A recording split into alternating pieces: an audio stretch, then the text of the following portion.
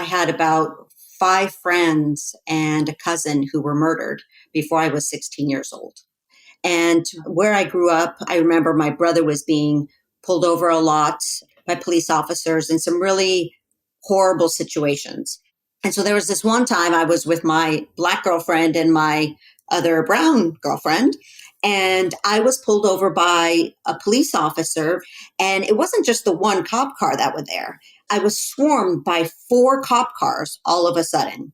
And it was in the evening. So I remember just guns being drawn and that bright mega light being flashed on me. So I instantly went into hyper alert. I opened the door. I got out of the car. I put my hands up and I'm like, I don't have anything. And then I see them all pointing the guns at me and ordering me back in the car.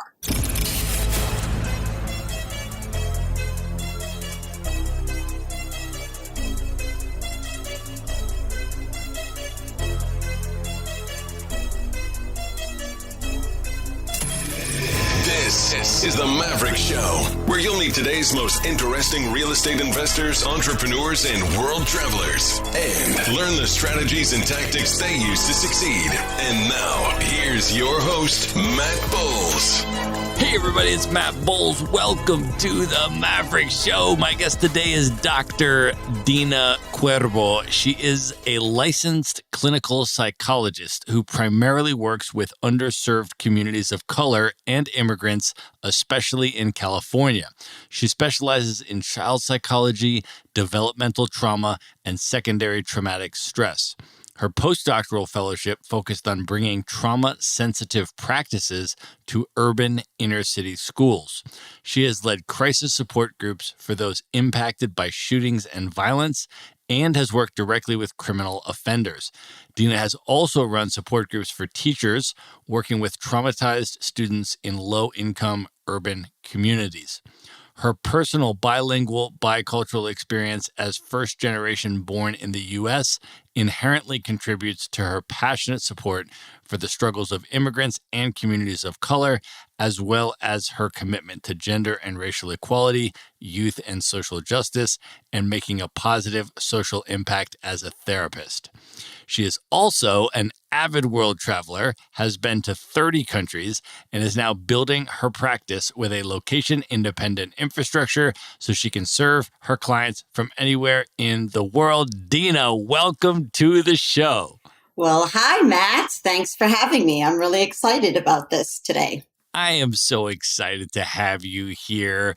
We are not in person today. I am in Asheville, North Carolina, and you are in one of my favorite cities in the world, Los Angeles, California, where I lived for 7 years.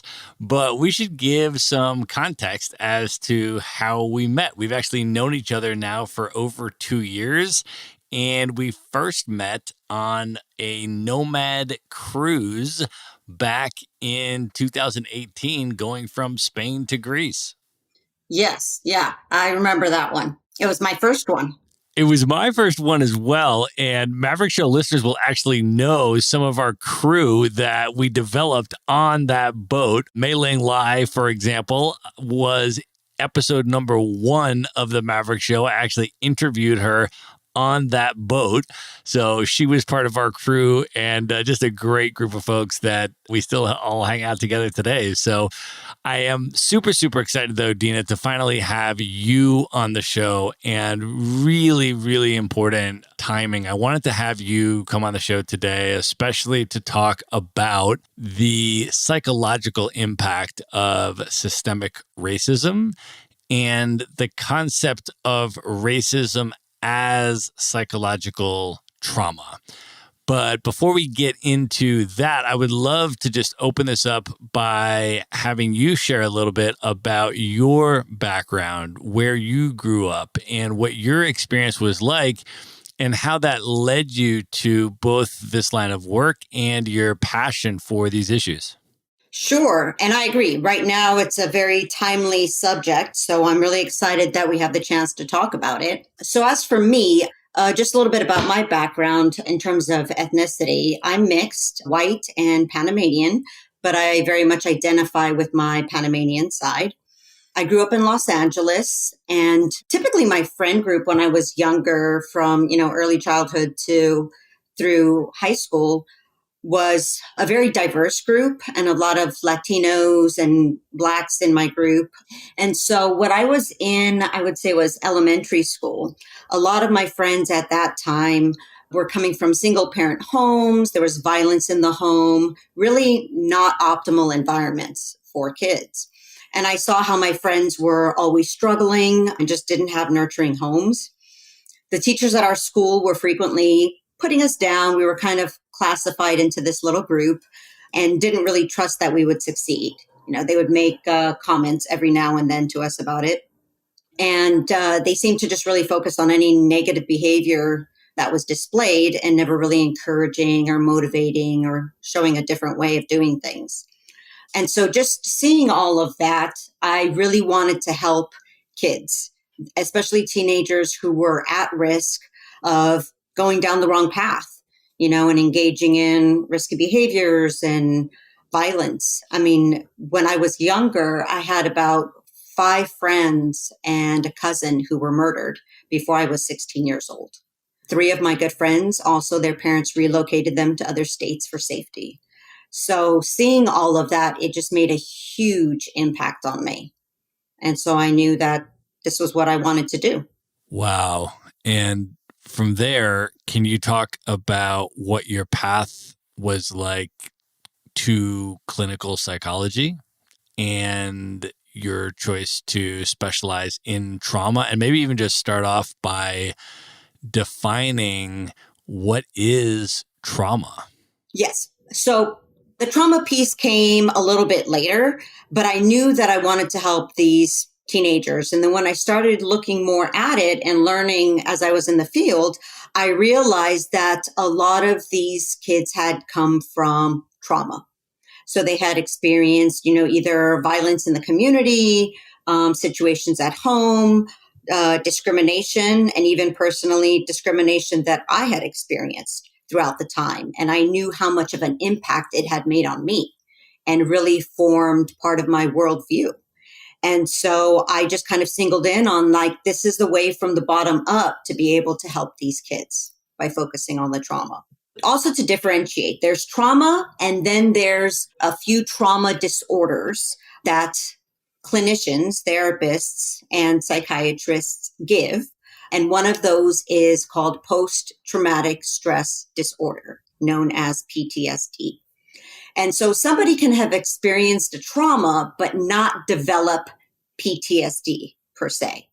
And so what we're going to be talking about today is mostly focusing on the trauma piece, because somebody can have a lot of symptoms and be greatly impacted, but still not qualify for this diagnosis because it has a strict set of criteria, which, in my opinion, and I think others would share my stance as well in the field, that it doesn't really include the cultural perspective and how racial trauma can impact somebody. So basically what trauma is, it's a direct exposure through experiencing an actual or threatened death or serious injury, either to yourself or to somebody else, or witnessing, one of these events, or hearing about it repeatedly. And that will cause stress that overwhelms the brain.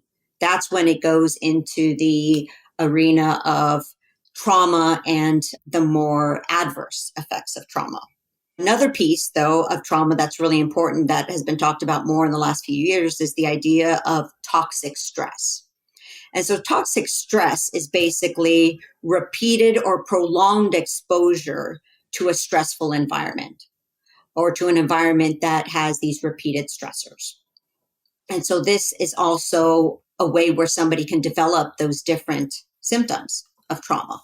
And I guess to describe a little bit about what those symptoms are so people understand, when somebody has trauma, severe trauma, they can experience things like avoidance, and that can be avoidance of anything that reminds them of that trauma, memories or thoughts that just keep intruding in their daily life, physiological responses to reminders. So it could be like a sudden increase in heart rate, feeling hot, tense, hypervigilance, meaning just very aware of your environment and different things. a lot of negative thoughts about your future, about the world. Sleep can be chronically disturbed. And we'll talk a little bit more in a bit as to how that happens. And then also for the Black community, suspiciousness. So when we start talking about racial trauma, this is the other thing that can occur. Let's go deeper into that, Dina. Can you talk more about the psychological trauma of systemic racism and give some examples? Yes. So there can be racial trauma as well. And just recently, the American Psychological Association has deemed racism as a public health crisis because they're also starting to realize how much it's impacting minority communities. And so, as I mentioned earlier, toxic stress is a way that racism can be very traumatic because, for instance, Black Americans, they could be repeatedly exposed to this stressful environment and the history of racism that we know dates back generations. And so this is another way, knowing about that history, seeing people in their community being affected by discrimination and systemic racism, institutionalized racism. And so one of the things that makes racial trauma a little different than the other type of trauma I was talking about is that this is an ongoing individual and collective injury. And it's exposure and re-exposure to racial stress, threats of injury or harm, could be humiliating and shaming experiences, and witnessing discrimination. So it's not just about the individual and their experiences, but really their community. And so a lot of the things that we see, nowadays with more social media are these videos that keep occurring of racist events.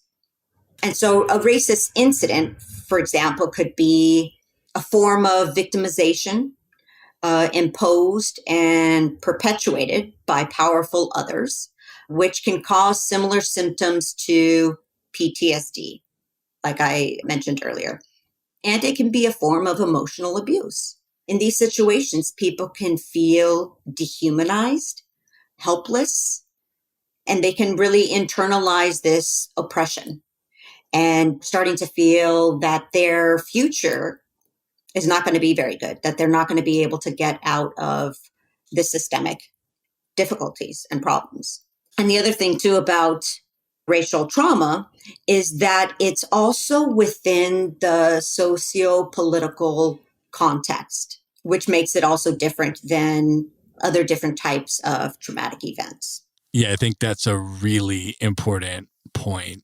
And what I'd like to do now is just break out some of these institutions and talk about how this manifests in these different institutions. And I think a great place to start would be an arena that I know you've spent a lot of time and energy and passion in. And I'd like to ask you about how this manifests in the educational system specifically and how it impacts youth.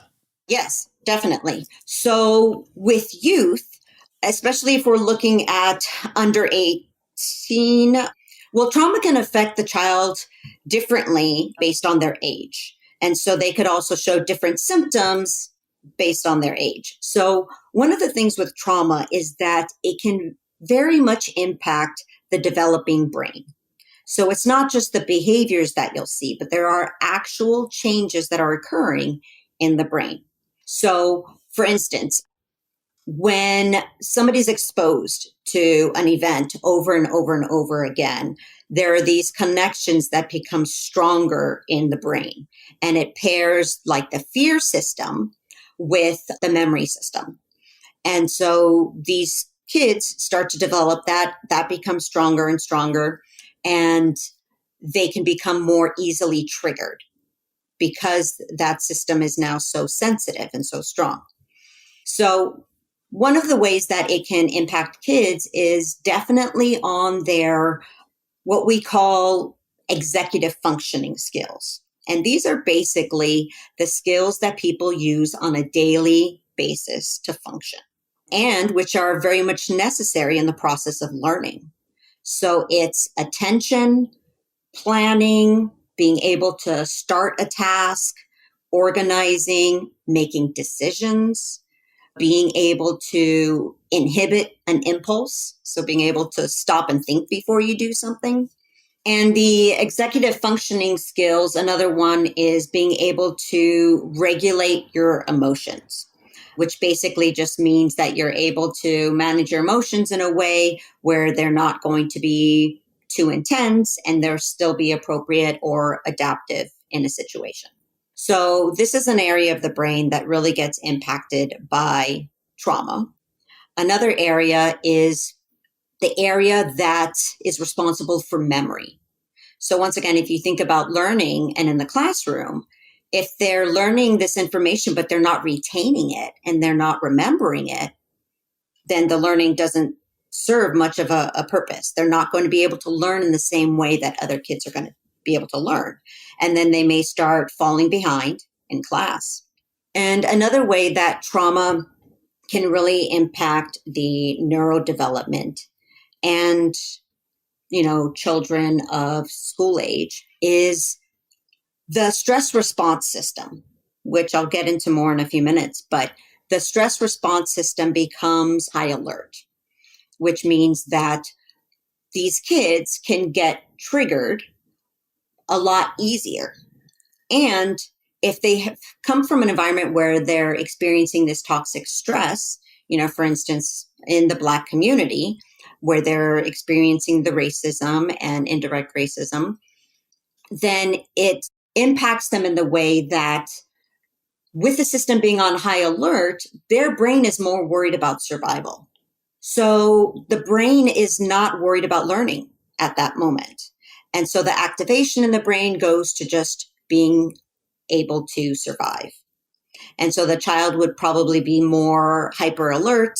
They could appear inattentive. They could be fidgeting a lot, because with this comes just that extra energy in the body that can be there and saved from traumatic events. And so this puts children in a very precarious position of school age. And so these can also manifest in different ways, because if their brain is wired more towards survival, then it's going to be really difficult for them to engage socially with kids, engage socially with adults. So then, once again, this could impact having and learning those social skills, but also developing those relationships. And relationships are so important, crucial in healing trauma. So not only is it providing a disservice because they're not learning those skills, they're not having those relationships, but now that factor that could help them to be more resilient and healing from the trauma, that's not there either. Dina, I want to add another layer to this discussion by reading some statistics about the actual institutional reality of the educational environment that these children are in when they're in school. And I would like to get your assessment of the psychological impact of these statistics. I also read these in the last episode, and these are from the Department of Education, from the Civil Rights Data Collection that they did. And they are as follows. 1.7 million students are in school with cops and no counselors. 3 million students are in schools with cops and no nurses. 6 million students are in schools with cops and no psychologists. And 10 million students are in schools with cops but no social workers. What is the psychological impact of that on these children? Just first off, those are really scary statistics, because I believe that counselors or psychologists should be available in all of the schools. I was actually, as you had mentioned when you were talking about my background, I was working in schools and trying to provide a different lens through which they could look when looking at these kids. And so just the children not being able to have a counselor at the school, somebody that they can trust, really puts them at a disservice. And also, those counselors could be helping with social emotional regulation. And that's a very important skill for them to learn at a young age. But also, once again, if you have kids who are traumatized or in a toxic, stressful environment, those skills really need to be honed. And they need to be able to have that support and build those relationships. The other thing, if you're having cops in a school where you have traumatized youth and they're already in survival mode or in heightened alert, the police presence is going to make it worse because then they may just be more on edge seeing the officers. So it's very, very important to be able to implement this as part of the education and looking on how to support these kids and taking a different route instead of just disciplinary actions and consequences, but more of like a restorative justice standpoint. I think that that's what should be used in the schools because it's more effective and it's helping kids to work on conflict resolution versus being given a consequence because they didn't know how to resolve a conflict. Well, if they have a trauma history, chances are their trauma history is impacting their ability to solve conflicts because the way their brain is being wired.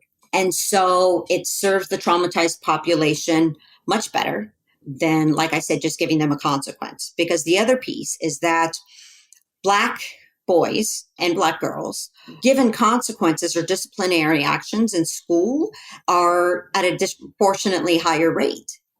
And so once again, it's through the lens sometimes in which people look at them. So this is one of those other systemic problems with race is that these kids are being pathologized because of their behavior instead of seeing where this behavior is coming from. They're viewed as oppositional, as defiant, instead of, okay, their nervous system is, in a hyper state. How can we help them? And having counselors and school psychologists in the school is such an important factor in being able to really affect change. Dina, I want to build on this discussion of police presence, but to move beyond just the educational system. Given the history of systemic racism and police violence against Black people, can you talk about the psychological impact of police presence and police interaction with the Black community in general? Yes. So as I had mentioned before, racial trauma is not just the individual experience, but those collective injuries. And so Black people could be triggered in certain instances when they see cops by remembering the identity group histories of threat to life or psychological integrity. So then seeing a police officer, it might right away just kind of put them in a hyper alert state. One example I have is a personal example, actually. So it was when I think I was 17 or 18 years old. And where I grew up, I remember my brother was being pulled over a lot by police officers in some really horrible situations. And so I always had that in my mind.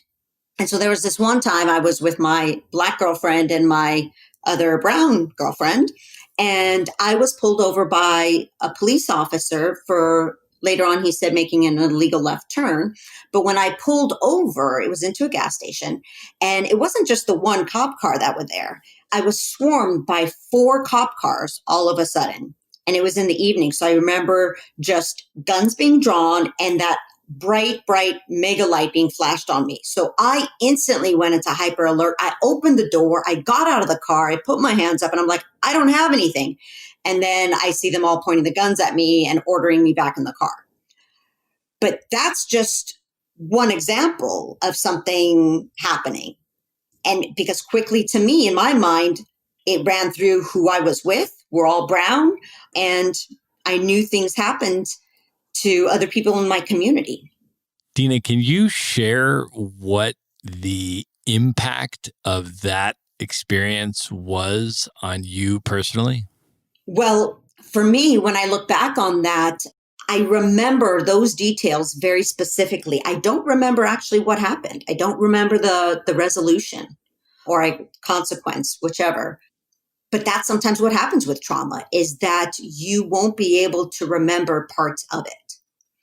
And so I don't remember. I just remember that feeling. And even when I think about it, like, I get warm, even now, all these years later.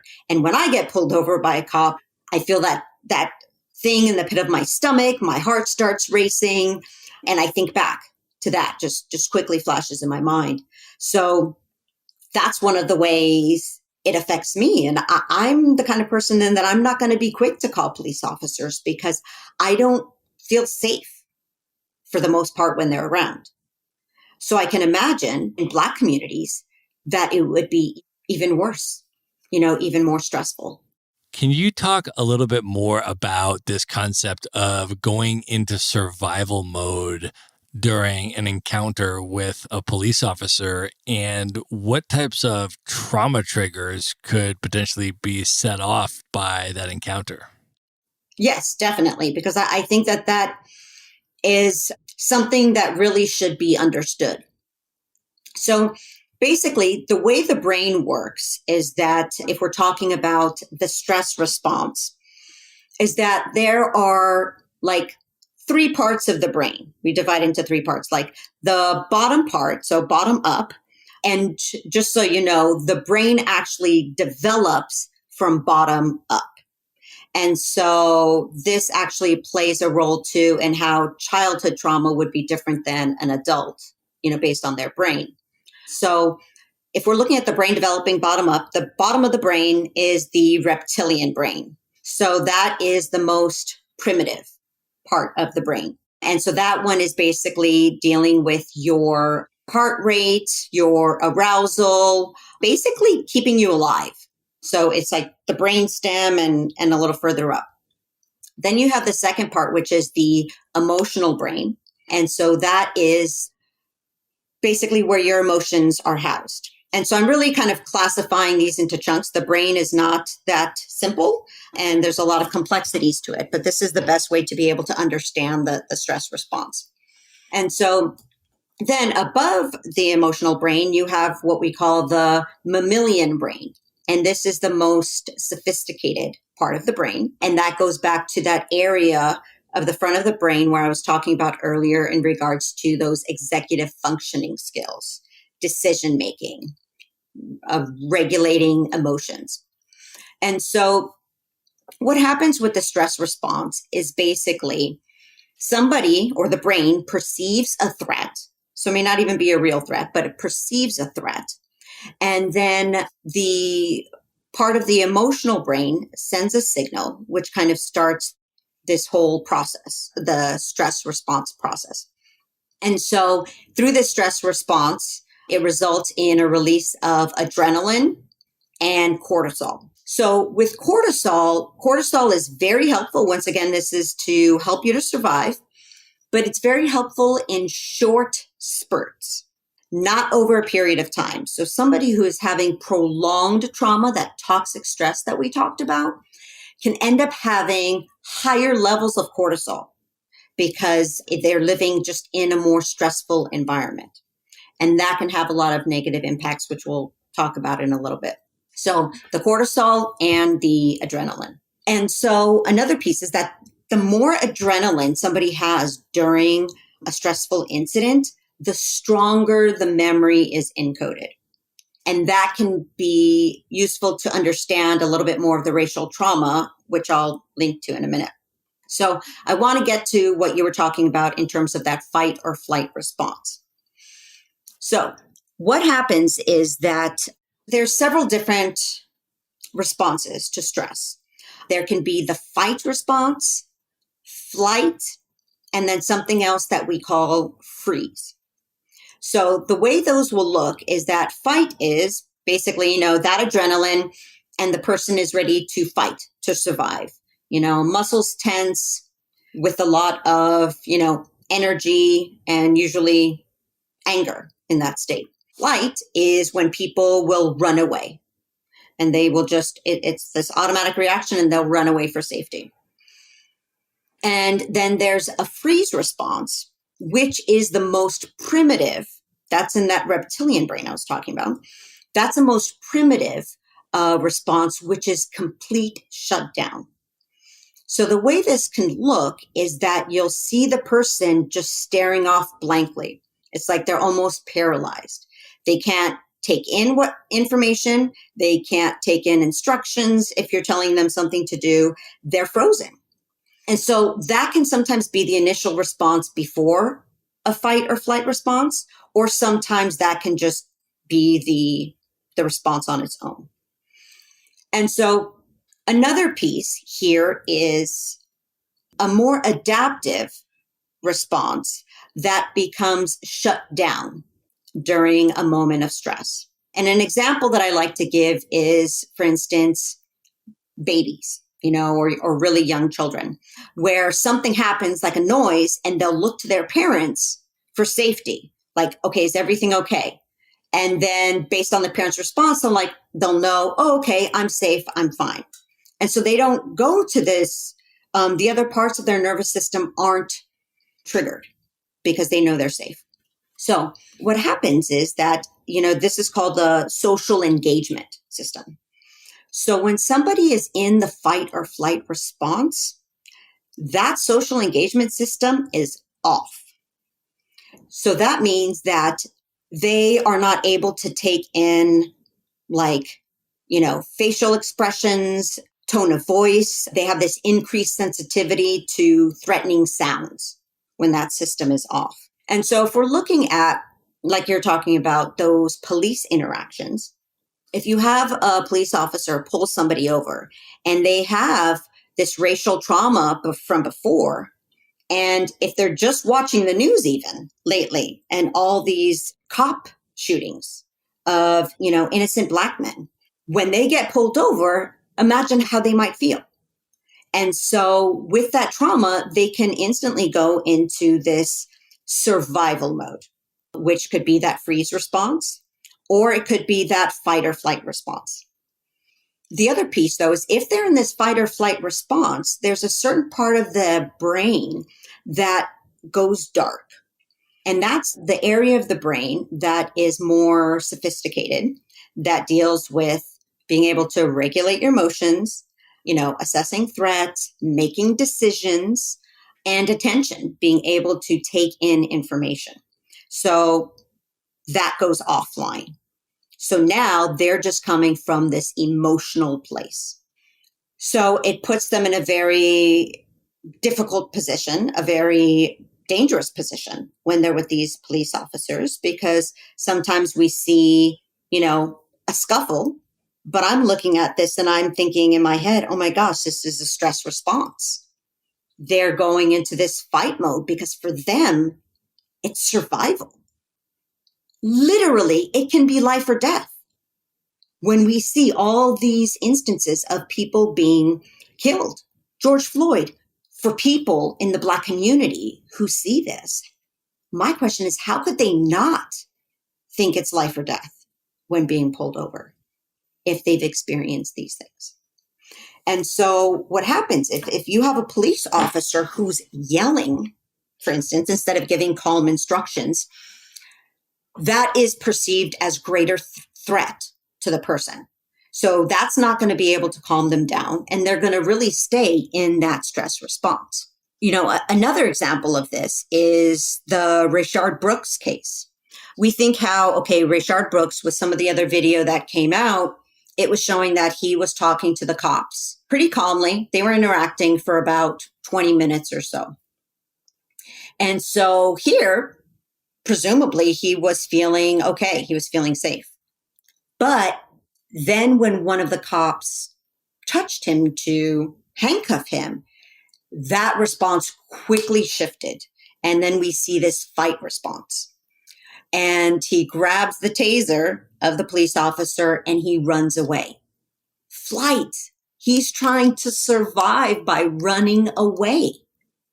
And the other piece to keep in mind is it was a couple of weeks before that two young adults were pulled out of their car by multiple police officers and tased for no reason other than being out past curfew. So if you think that Rayshard Brooks heard about this case, he sees the cops with the taser, they touch him, once again, life or death. And so his brain is telling him, you need to survive. And very sadly, that was not the end result.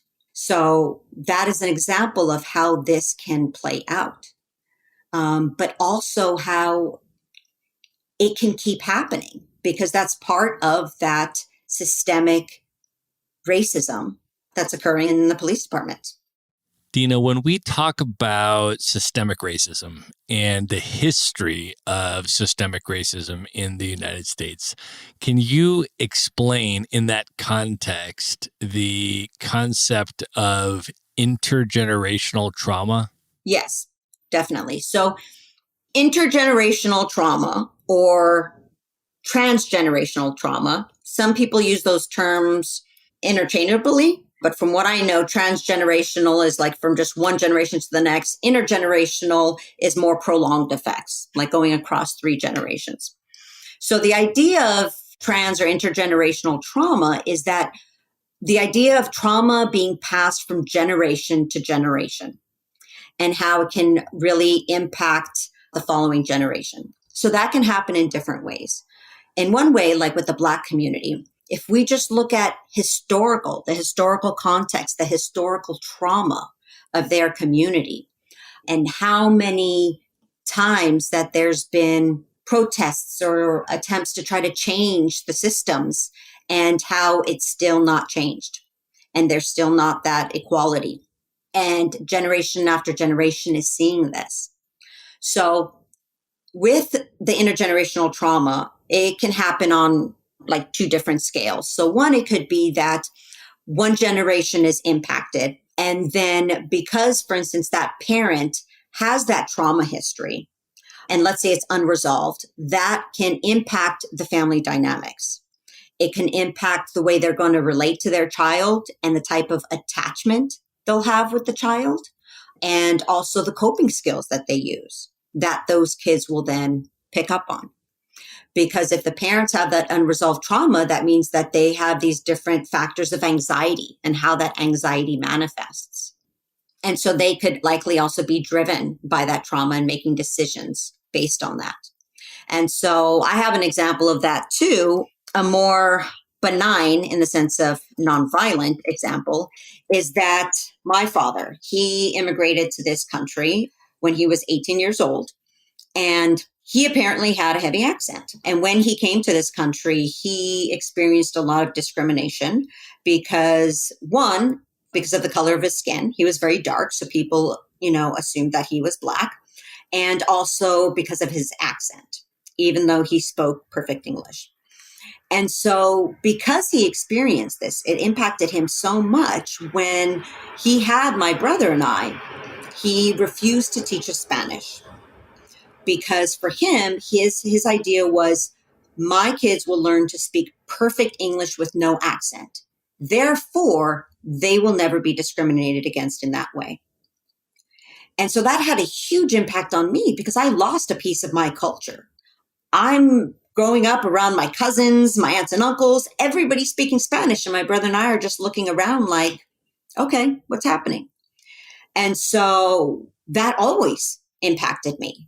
And then also knowing that my dad experienced that and seeing other behaviors in him on how he was trying to avoid being discriminated against. That also impacted me. So that's an example of that transgenerational trauma.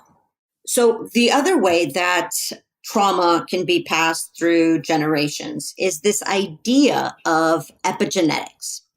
So there's some research for it, some research against, but this definitely is an area that should be researched more. But I still think it's important to discuss because there have been some research that have come out that demonstrates this. So the idea of epigenetics is basically how your genes or the expression of your genes can change. So previously, we thought that the brain anatomy and structures couldn't change after you were an adult. But we've learned that's not correct. The brain is very plastic, meaning that it can change over time. And so the idea of epigenetics in regards to intergenerational trauma is that when one generation is experiencing a trauma, either collectively, such as genocide or the Holocaust, or just individually, then their brain can change. And what happens as well is that their genes can change.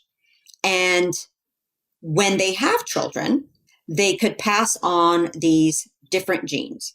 Or, as I said, gene expression. So sometimes you'll have a gene and something can either trigger it so it shows up, or not trigger it and it doesn't show up. So what can happen, or what we've seen happen, is that the stress response system, the next generation of kids, could end up having a more vulnerable stress response system. So meaning that they would have a higher probability of developing PTSD or some negative effects of trauma because of this vulnerability to their system. And so, they've shown that the parents can pass these changes on and also increase the risk of depression or anxiety in these kids. So one example was some studies that have been done on Holocaust survivors.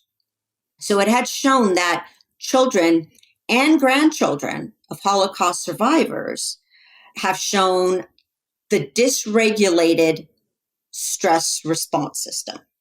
And therefore, they could be predisposed to experiencing PTSD because their stress response was not effective in helping them cope with stressors.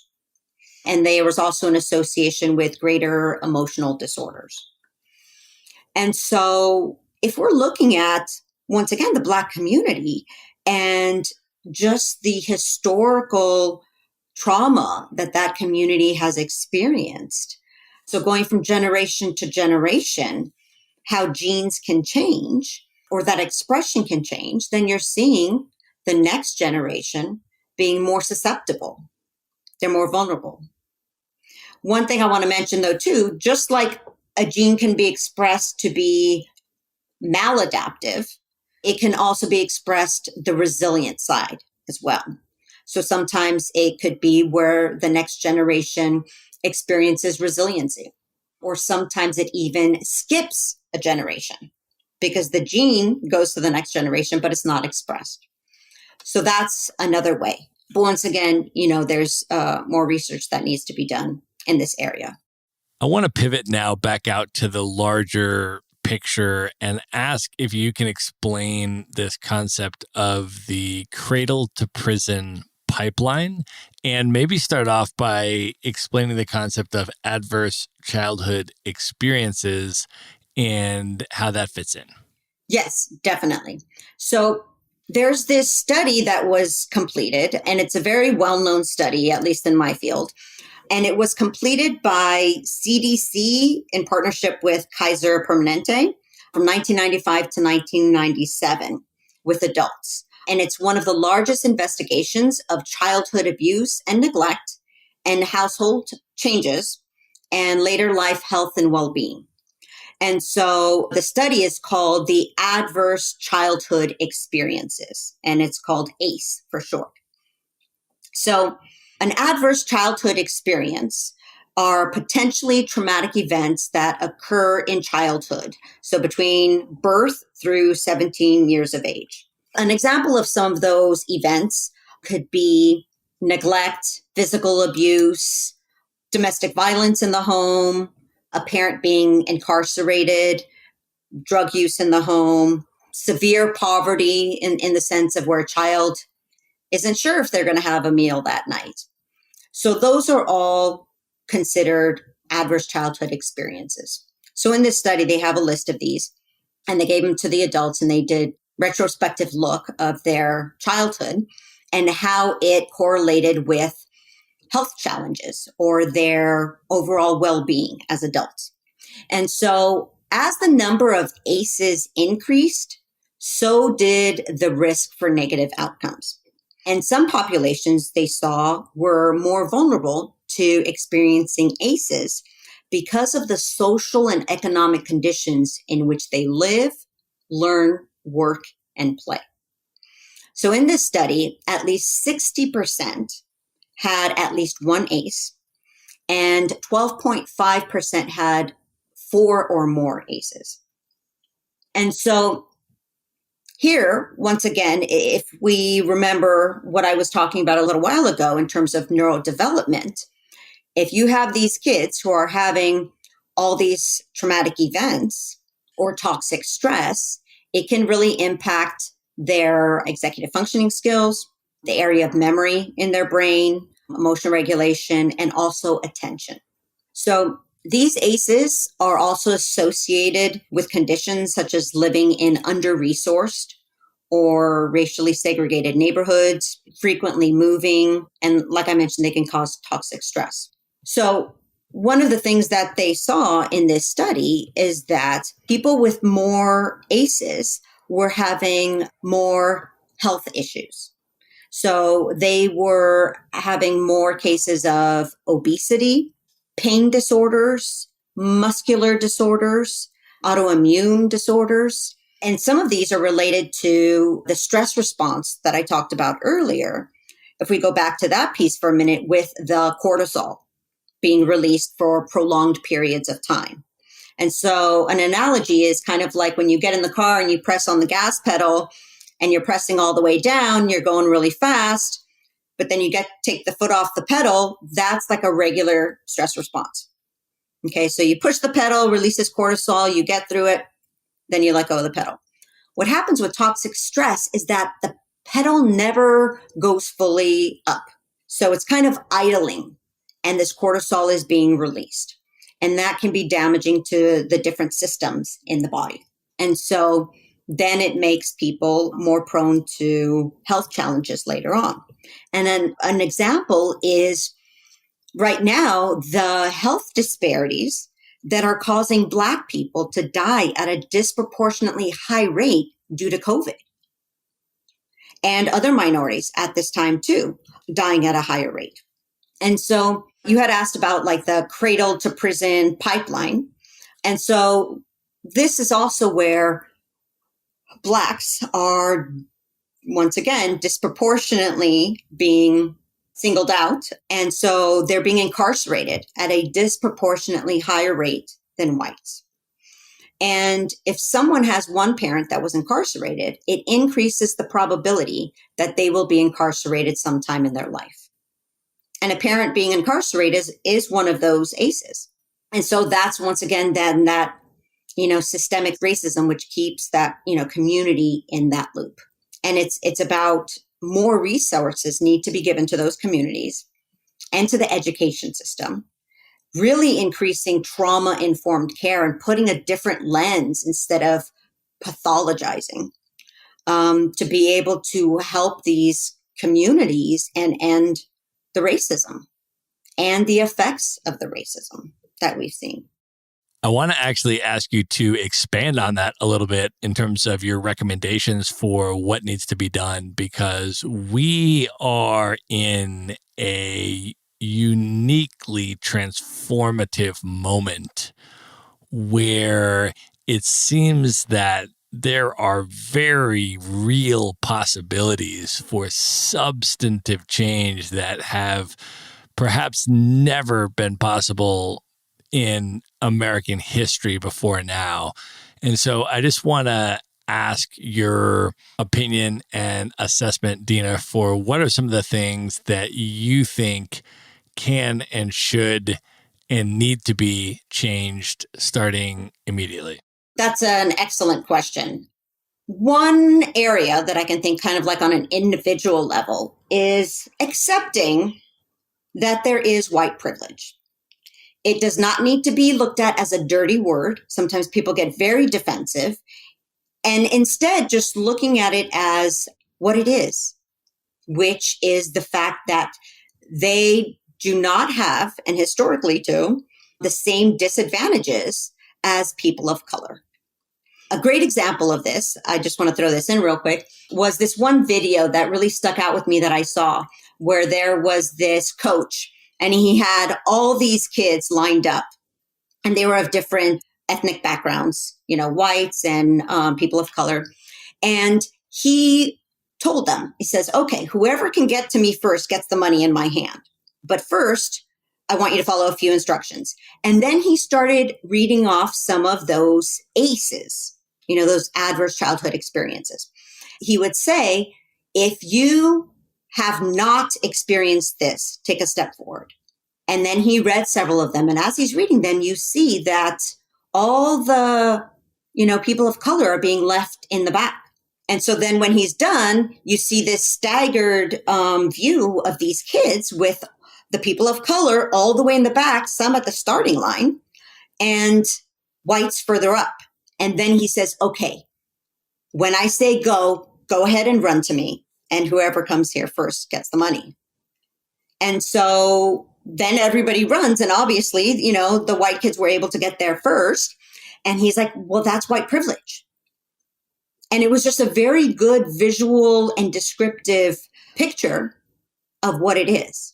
And so it's just about acknowledging it. Because by not acknowledging it and just defending against it, it's really invalidating the experiences of Black individuals. And the invalidation is also another form of an emotional injury, because they're saying that's not the truth. There's other reasons why you're not achieving what I'm achieving. And so it just really adds to the wounds. So, like I said, accepting that there is white privilege and then moving forward. Okay, how can we change the system? And so one thing I think about too is when people say Black Lives Matter and I hear the rebuttal, all lives matter. I don't agree with that. I don't agree with using that as a rebuttal because once again, it's missing the point. Invalidating the person of color's experience, that Black individuals experience. Because of course they're saying all lives matter. But it's the idea of right now, it doesn't seem like Black lives matter as much. So that's where we're emphasizing. So really people having to take a hard look at some of those things and to be able to just see the experience of the other person without the defensiveness. That looking at it like it's not about you, it's about them. You're putting the focus on the wrong side. That's a part about like on an individual level, but in a bigger level, the grand scheme is, as we were talking earlier, the education system. So housing the schools with more resources like making sure kids are having PE, making sure kids are having the opportunity for music, for art, those creative forms, because those are also important to develop the brain. That shouldn't be something that a child gets to experience only because their parent has money and can afford those private lessons. So really being able to give that to the community, because especially in terms of music can be very healing and very regulating. And especially in the Black community, music is an important piece of their culture. And that is also helpful for their brains. And so taking that out of the school, it does the children a disservice. And so really being able to have a trauma-informed lens in supporting these children and looking more at helping them to regulate their emotions, helping them to resolve conflict, and then trying to really help their social skills.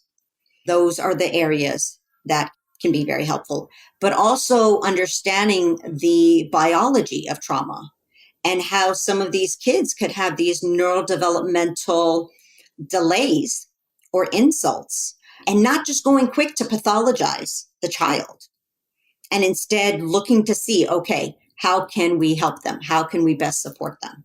So that's some of the ways in the educational system, at least, high school and below.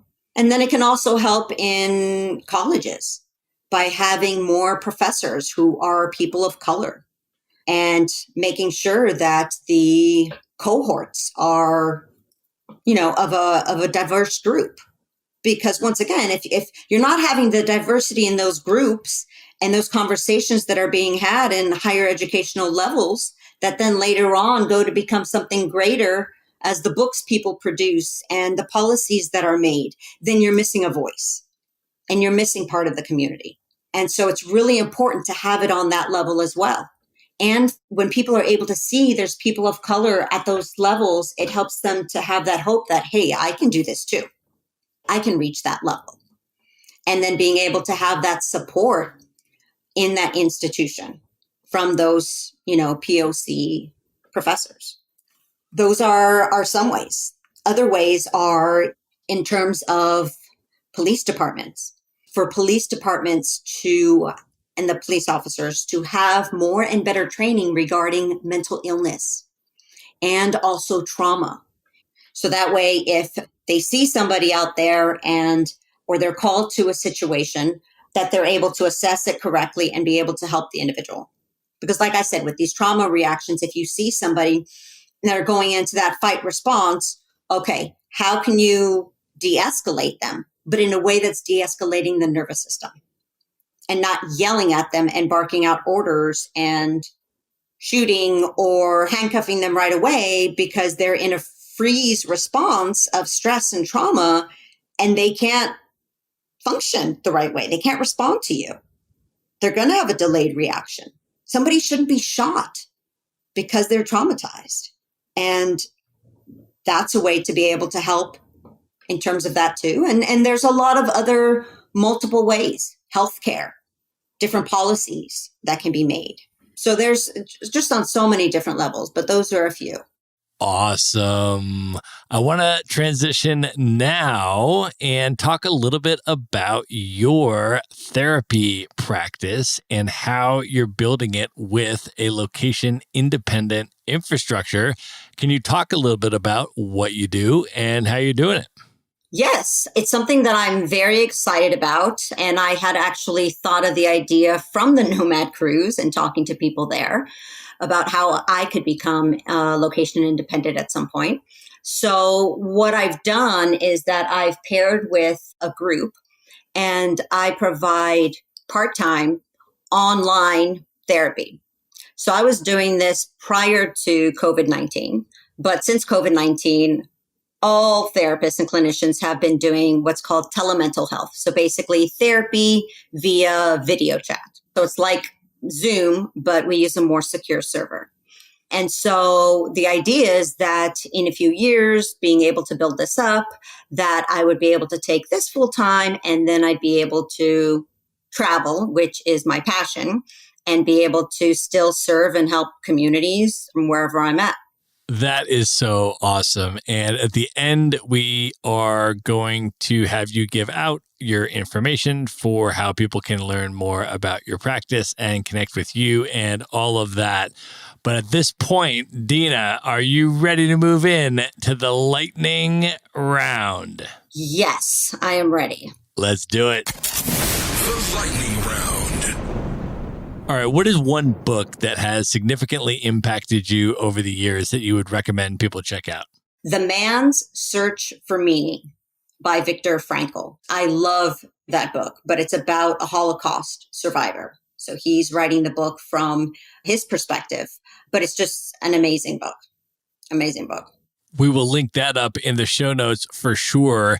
All right. What is one app that you're currently using that you'd recommend people check out? One app that I really like and that I actually suggest to my clients is an app called Aura, Aura. And so it basically gives like these free short meditations on like different topics. So they're like 3 minutes, but it's just really wonderful way to kind of incorporate ways to relax and be more mindful during the day. Awesome. If you could have dinner with any person that's currently alive today that you've never met, who would you choose and why? Dan Siegel, or actually maybe Bessel van der Kolk, because, they're both really big in the field of trauma and they have provided just like a wealth of knowledge and really changed, I think, the perspective and the trajectory of the field. And I really just love their work. Awesome. All right, Dina, of all the places you've traveled in the world, what are your top 3 favorite travel destinations you'd most recommend people check out? Spain for sure. I absolutely love Spain, the culture, the food. So definitely there. The other place, Bali. For sure, Bali. And I would say Thailand. Nice. Yeah. All right, what are your top 3 bucket list destinations, places that you've never been that are the highest on your list right now you'd most like to go? Okay, that one's easier. That one would be Iceland. Definitely want to go there. Costa Rica and South Africa. All right, Dina, we have come to the final and most important question of the lightning round. I know you, and I know that you are a hip hop fan. And so I am going to ask you to name your top 5 favorite hip hop MCs of all time. But before you name them, I want to ask you what you love about hip hop and what hip hop means to you. Well, I grew up listening to hip hop. And I think one of the reasons why I gravitated to it was, well, one, the beats. I love to dance, and I just found that I could always dance to that. And the other piece is just the lyrics, really on how these MCs are talking about their experiences, things that they've been through, and, in a kind of an uncensored way. And it's just different than listening to other types of music, which I enjoy. It just has a different meaning listening to it. It's just like I kind of go into this place of, I don't know, like community also. It kind of feels like being part of another community when I listen to the lyrics. All right, Dina, last question. Who are your top 5? Okay. I would say, and this is not in any specific order, but I would say Outkast, Lauryn Hill, Eminem, Too Short, and who would that last one be? So many. I would say, taking it really back old school, Eazy-E.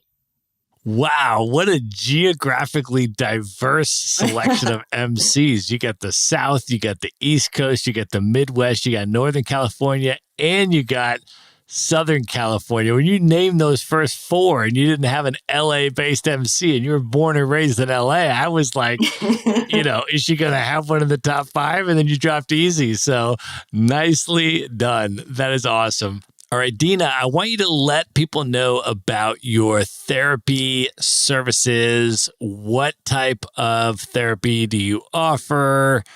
What types of people might be a good fit for your services? And then how can people learn more about your professional services, but also just connect with you as a person and follow you on social media? How do people find you? Yes. So with the therapy services, the population I typically work with is, or that I enjoy working with too, is people who have a trauma history. And that can be either just, one traumatic event or, prolonged abuse or toxic stress, like I was referring to earlier. And also teenagers. I love working with teenagers. And so right now I provide, individual or couples therapy, but in the near future, I'll also be doing group therapy online. So I also work with people who have depression, anxiety, self-harming behaviors. Those are the top ones that I work most with. And you're remote, so people can work with you from all different countries around the world. So how do people contact you, both about your therapy services and also just to follow you as a person? Yes, so to contact me for the therapy services, it's at synergyetherapy.com. And then they could just type in my name from there because I'm under California, just because that's where I have my primary license, but I have temporary licenses in other states. But I can work with people in internationally. That's not a problem. Awesome. We are going to link that up in the show notes. You can just go to one place at themaverickshow.com and go to the show notes for this episode. And there you will find Dina's link as well as links to everything else we've mentioned in this episode. And then, Dina, any other place you want people to connect with you? On my Instagram, The name is travel.muse, M-U-S-E, _ Dina, D-I-N-A. All right, we're going to put that in the show notes as well. Everything in one place at themaverickshow.com. Dina, thank you so much for coming on the show today and for all of the amazing things that you shared. I appreciate you. Thank you very much, Matt. I'm really glad that we were able to do this. I just think it's a really important, relevant topic and very timely. I do as well. Good night, everybody. Be sure to visit the show notes page at themaverickshow.com for direct links to all the books, people, and resources mentioned in this episode. You'll find all that and much more at themaverickshow.com. Learn how Maverick Investor Group can help you buy cash flowing rental properties in the best U.S. real estate markets, regardless of where you live. Schedule a free phone consult today at themaverickshow.com/consult. Now you can buy rental properties with tenants and local property management in place, so you don't have to be a landlord or a rehabber. To get your questions answered and discuss how Maverick Investor Group can help you meet your real estate investing goals, schedule your free phone consult today at themaverickshow.com/consult. If you like podcasts, you will love audiobooks, and you can get your first one for free at themaverickshow.com/audiobook. Whether you want the latest best-selling novels or